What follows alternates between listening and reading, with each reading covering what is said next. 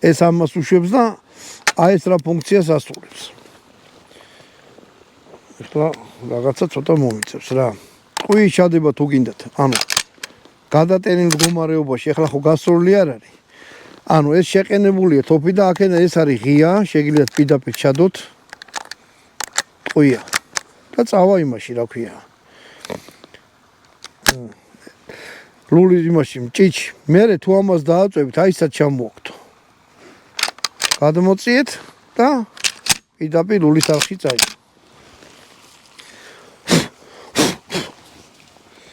არის კიდე მეორე ვარიანტი, როცა უკვე დასლეტილია, ეს მაშინ ღიაა ქვემოდან და პირდაპირ შეგიძლიათ ჩაალაგოთ ჩიტყვიები.